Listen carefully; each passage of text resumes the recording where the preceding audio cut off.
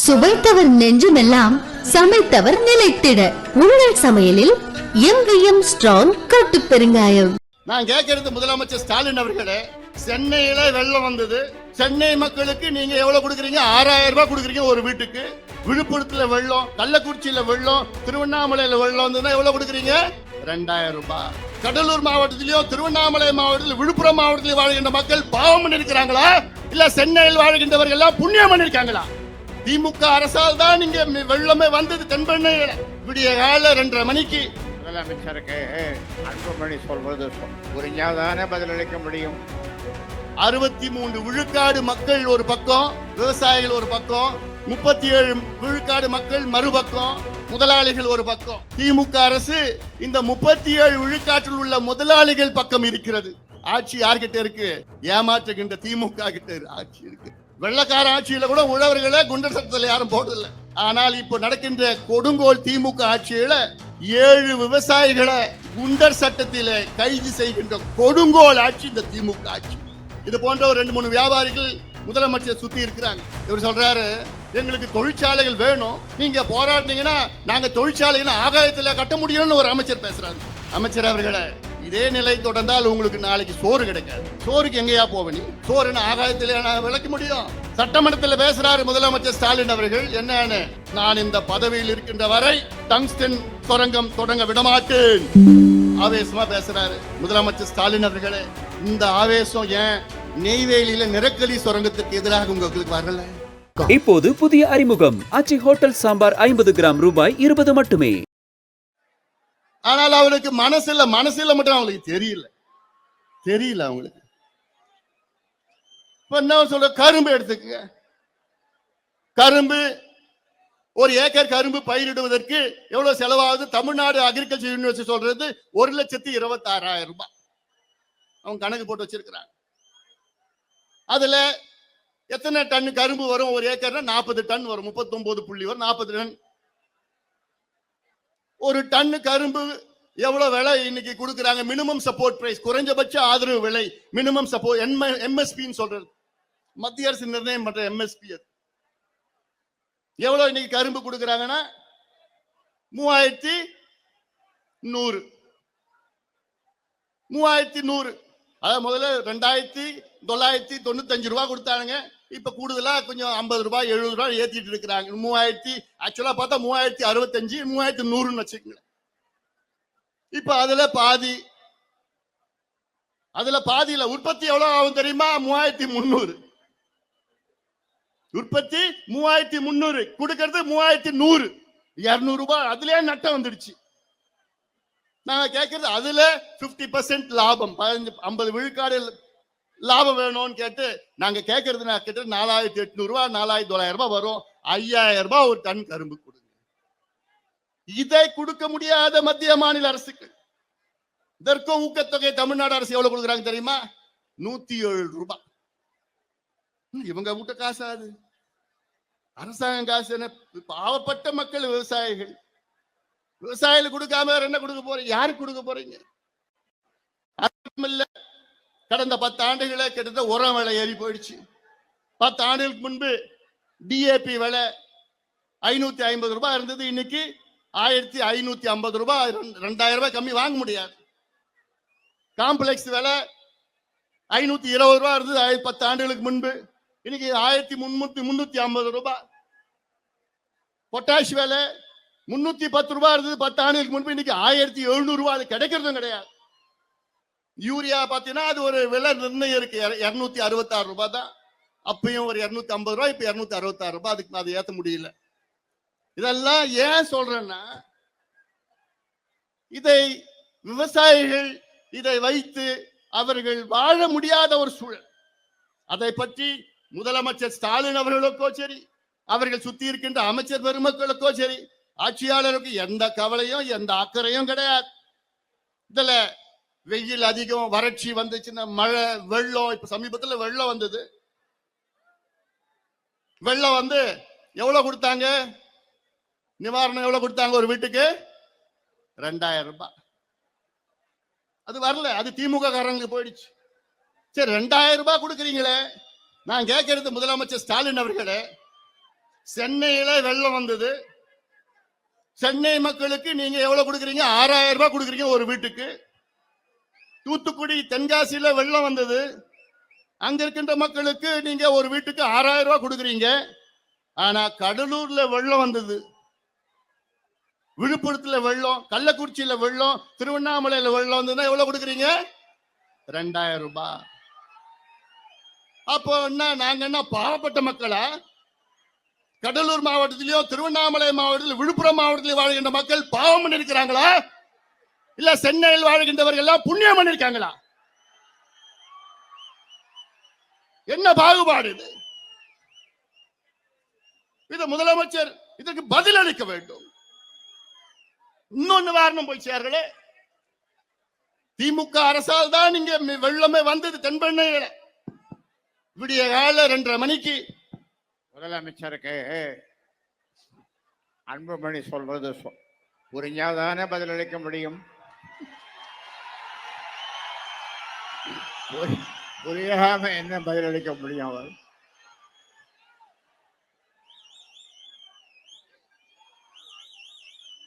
சாத்தனூர் அணைய காலையில 2:30 மணிக்கு எந்த அறிவிப்பும் இல்லை, டேம் திறந்து விட்டுட்டாங்க.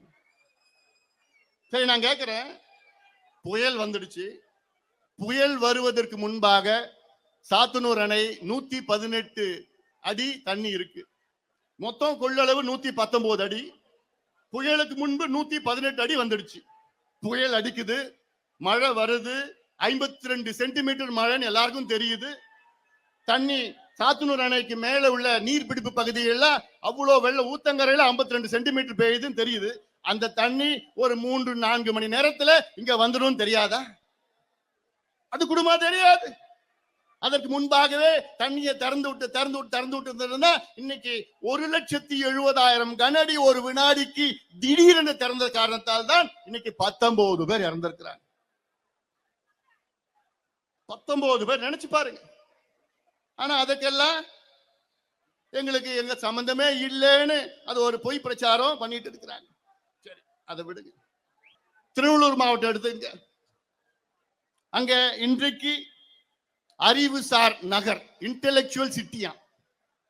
அது என்ன தெரியுமா? முப்போகம் விளைகின்ற அந்த மண்ணை எடுத்து 1200 ஏக்கர் நிலத்தை எடுத்து அது அமெரிக்காவில் உள்ள ஒரு நிறுவனத்துக்கு கொடுக்கிறது தான். அவங்க இங்க தமிழ்நாட்டு மக்களுக்கு அறிவை ஊட்ட போறாங்களாம். இதுதான் அறிவுசார் நகரம். யாருக்கியா வேணும் இதெல்லாம்? நீ இதை எடுத்து நடத்து. ராமநாதபுரத்துல போய் நடத்து, சிவகங்கையில நடத்து, தூத்துக்குடியில நடத்து. அங்க தரிசு நிலம் அதிகமா இருக்கு.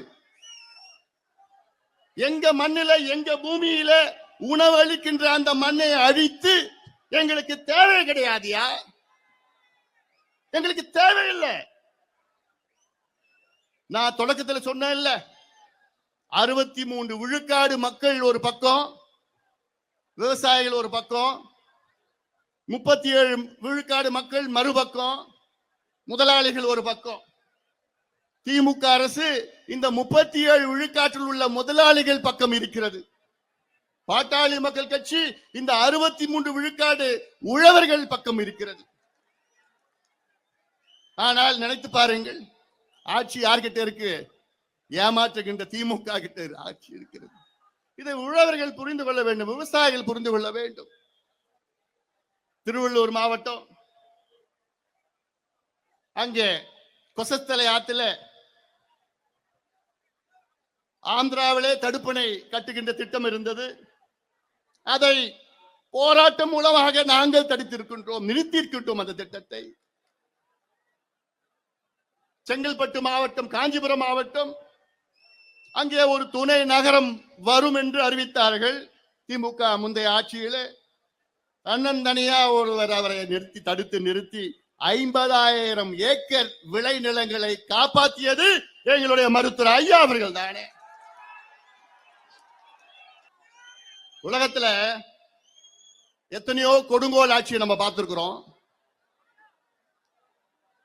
அந்த கொடுங்கோல் ஆட்சியில கூட உழவர்களை சிறை பிடித்து அவர்கள் மீது குண்டர் சட்டம் போடல யாரும். வெள்ளக்கார ஆட்சியில கூட உழவர்களை குண்டர் சட்டத்தில் யாரும் போடுதில்லை. ஆனால் இப்ப நடக்கின்ற கொடுங்கோல் திமுக ஆட்சியில 7 விவசாயிகளை குண்டர் சட்டத்தில கைது செய்கின்ற கொடுங்கோல் ஆட்சி இந்த திமுக ஆட்சி. இதற்கு பிறகுமா விவசாயிகள் இவர்கள் ஆதரிக்கிறீர்கள்?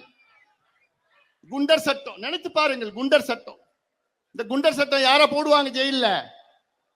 கொலகாரன், கொள்ளக்காரன், கஞ்சா விற்கிறவன், கள்ளச்சாராயம் விற்கிறவன், இவங்க தான் குண்டர் சட்டத்துல போடுவாங்க. ஆனா இந்த ஆட்சியில விவசாயிகளை, மண்ணுக்காக போராடுகின்ற விவசாயிகளை குண்டர் சட்டத்தில் போட்ட ஆட்சி இந்த திமுக ஆட்சி. இந்த மாவட்டத்தில் ஒரு அமைச்சர் இருக்கிறார். அவர் அமைச்சரா நான் பார்க்கல, அவர் ஒரு வியாபாரியா தான் நான் பார்க்கிறேன். அவர் ஒரு வியாபாரி. இது போன்ற ஒரு 2-3 வியாபாரிகள் முதலமைச்சர் சுத்தி இருக்கிறாங்க. இவர் சொல்றாரு, எங்களுக்கு தொழிற்சாலைகள் வேணும், நீங்க போராடினீங்கன்னா நாங்க தொழிற்சாலைகளை ஆகாயத்தில் கட்ட முடியும்னு ஒரு அமைச்சர் பேசுறாரு. அமைச்சர் அவர்களே, இதே நிலை தொடர்ந்தால் உங்களுக்கு நாளைக்கு சோறு கிடைக்காது. சோறுக்கு எங்கேயா போவ நீ? சோறுன்னு ஆகாயத்திலே விளைக்க முடியும்? இந்த மண்ணில் தான் விளைக்க முடியும். இந்த மண்ணை அழிச்சிட்டு நாளைக்கு எங்க நீங்க போய் தாய்லாந்து கிட்ட போய் ஐயா எங்களுக்கு பிச்சை போடுங்க கேட்பீங்களா? இல்ல கம்போடியா, லாவோஸ், சைனா, ஜப்பான் கிட்ட போய் பிச்சை எடுக்க போறீங்களா? ஐயா எங்களுக்கு சோறு போடுங்க, எங்க மண்ணெல்லாம் நாங்க தொழிற்சாலையில கட்டிட்டோம், எங்களுக்கு சோறு விளைக்கிறதுக்கு இடமே இல்லையா, மண்ணே இல்லையான்னு சொல்ல போறீங்களா? ஐயா, அந்த நிலை வரக்கூடாது, வர விட மாட்டோம். தமிழ்நாட்டிலே 1 சென்ட் விளைநிலம் எங்க எடுத்தாலும் அங்கே முதல் நிற்பவர்கள் பாட்டாளி மக்கள் கட்சியும் இந்த அன்புமணி ராமதாஸ் நிற்பாங்க. என்ன வேணா பண்ணியா, என்ன வேணா பாத்துக்கலாயா. நெய்வேலி, கடலூர் மாவட்டம் நெய்வேலி 50,000 ஏக்கரை அழித்த என்எல்சி இன்னும் 50,000 ஏக்கர் அழிக்க துடித்துக் கொண்டிருக்கின்றார்கள். அவர்களுக்கு முழு ஆதரவு கொடுக்கிறது முதலமைச்சர் ஸ்டாலின் அவர்களுடைய அரசு. வெட்கக்கேடியா, வெட்கக்கேடு. இதே முதலமைச்சர் அவர்கள் கடந்த வாரம் சட்டமன்றத்தில் பேசுறார். என்னன்னு, மதுரை மேலூரில் அங்கே டங்ஸ்டன் சுரங்கம் அமைப்பதற்காக எல்லா ஏற்பாடும் பண்ணிட்டாங்க. எல்லா ஏற்பாடும் பண்ணிட்டாங்க. அங்கே மக்கள் போராட்டம், பாட்டாளி மக்கள் கட்சி போராட்டத்தினால இப்ப விழித்து கொண்டாங்க. ஐயோ மாட்டிக்கிட்டோம், 10 மாதம் அமைதியா இருந்துட்டாங்க. அந்த டங்ஸ்டன் சுரங்கம் யார் தொடங்கினான்னு திட்டமிட்டு இருக்காங்க தெரியுமா? Thoothukudi Sterlite company, Vedanta company. அப்ப பாத்தீங்க, தூத்துக்குடி ஸ்டெர்லைட், வேதாந்தா, திமுக, அந்த புள்ளி 4 புள்ளி இருக்கு. புரியுதா? அந்த 4 புள்ளியும் அதுக்காக தான். இப்ப மாட்டிக்கிட்டு அப்புறம் டங்ஸ்டன் இல்ல, நாங்க தொடங்கல, மத்திய அரசு சொல்லிட்டு இருக்கிறாங்க. சட்டமன்றத்தில் பேசுறாரு முதலமைச்சர் ஸ்டாலின் அவர்கள். என்னன்னு, நான் இந்த பதவியில் இருக்கின்ற வரை டங்ஸ்டன் சுரங்கம் தொடங்க விடமாட்டேன். ஆவேசமா பேசுறாரு முதலமைச்சர் ஸ்டாலின் அவர்களே. இந்த ஆவேசம் ஏன் நெய்வேலியில நிலக்கரி சுரங்கத்திற்கு எதிராக உங்களுக்கு வரல? நெய்வேலியில இருக்கிறது அங்கே முப்போகம் விளைகின்ற அங்கேயும் விவசாய நிலம் தானே. அங்கே மேலூர்ல 5000 ஏக்கர், கடலூர்ல 50,000 ஏக்கர், 50,000 ஏக்கர் விளை நிலம் முப்போகம் அப்படி செழுமையா இருக்குதுங்க. அதை அழிக்கிறதுக்கு உங்களுக்கு மனசு வருது. அப்ப என்ன இந்த இரட்டை நிலைப்பாடு, என்ன பாகுபாடு உங்களுக்கு? கடலூர் மக்கள் என்ன பாவம் பண்ணிட்டாங்க? மதுரை மக்கள் என்ன? நிச்சயமா டங்ஸ்டன் சுரங்கம் வரக்கூடாது, அங்க வர விட மாட்டோம். நானும் அங்க போறேன், 26ஆம் தேதி நானும் அங்க போய் போராடுறேன். இந்த கூட்டம் மற்றவர்களுக்கு நிரூபிப்பதற்காக இந்த கூட்டத்தை நாங்க நடத்தல. இது விவசாயிகளுடைய உரிமைகளை மீட்டெடுப்பதற்காக இந்த கூட்டத்தை நாங்கள் நடத்தி கொண்டிருக்கின்றோம். இது ஒரு சின்ன சாம்பிள் தான். இது ஒரு சின்ன சாம்பிள் தான், அவ்வளவுதான். அதனால இது போன்ற இன்னும் எத்தனையோ மாநாடுகள், எத்தனையோ கூட்டங்களை நடத்தி இருக்கின்ற காரணம் ஒவ்வொரு பகுதியிலும் விவசாயிகள், இளைஞர்கள், பெண்கள், மாணவர்கள் கல்விக்காக, சுகாதாரத்திற்காக, வேலைவாய்ப்பு, சுற்றுச்சூழல் இதெல்லாம் நோக்கி எங்களுடைய பயணம் இருக்கிறது. ஆக இதையெல்லாம் மனதிலே வையுங்கள். மீண்டும் கடைசியாக இறுதியாக நான் சொல்கிறேன் என் பேச்சில் இப்ப பேர்ல விவசாயிகளே, விவசாய பெருமக்களே, எங்கள் கரத்தை நாங்கள் நீட்டுகின்றோம். உங்கள் கரத்தால் எங்கள் கரத்தை பிடியுங்கள். இருவரும் கரம் கோர்ப்போம். தமிழ்நாட்டை மீட்டெடுப்போம். தமிழ்நாட்டை காப்பாற்றுவோம். அதற்கு அதிகாரம் வேண்டும், ஆட்சியற்றம் வேண்டும். இந்த மாற்றம் விவசாயிகளால் மட்டும் தான் முடியும். தமிழ்நாடு நினைச்சு பாருங்க, 63 விழுக்காடு விவசாயிகள் தமிழ்நாட்டிலே ஒன்று சேர்ந்தீர்கள் என்றால் மிகப்பெரிய மாற்றம் வர வேண்டும். அந்த மாற்றம் வரும். அதற்கு நீங்கள் எல்லோரும் கரம் கோர்த்து அத்துணை விவசாயிகளும் வாருங்கள், எங்களுக்கு ஆதரவு தாருங்கள் என்று சொல்லி பத்திரமா எல்லாம் வீட்டுக்கு போனோம், அமைதியா போனோம். என் தம்பி தங்கைகள் எல்லாம் பத்திரமா போன செய்தி, வீட்டுக்கு போய் சென்றடைந்த செய்தி வந்தாதான் நான் தூங்குவேன். இது வரைக்கும் நான் தூக்கம் வராது. அதனால எல்லாமே அமைதியா பத்திரமா போங்க. இல்ல இப்ப எல்லாம் அமைதியா உட்கார்ந்துக்கிட்டு ஐயா பேசுறதை நம்ம கேட்க போறோம். நன்றி. சுவைத்தவர் நெஞ்சுமெல்லாம் சமைத்தவர் நிலைத்திட உங்கள் சமையலில் எங்கேயும் ஸ்ட்ராங் கட்டு பெருங்காயம். இப்போது புதிய அறிமுகம் ஆச்சி ஹோட்டல் சாம்பார் 50 கிராம் ரூபாய் 20 மட்டுமே. மின்னம்பலம்.com தமிழின் முதல் மொபைல் பத்திரிகை.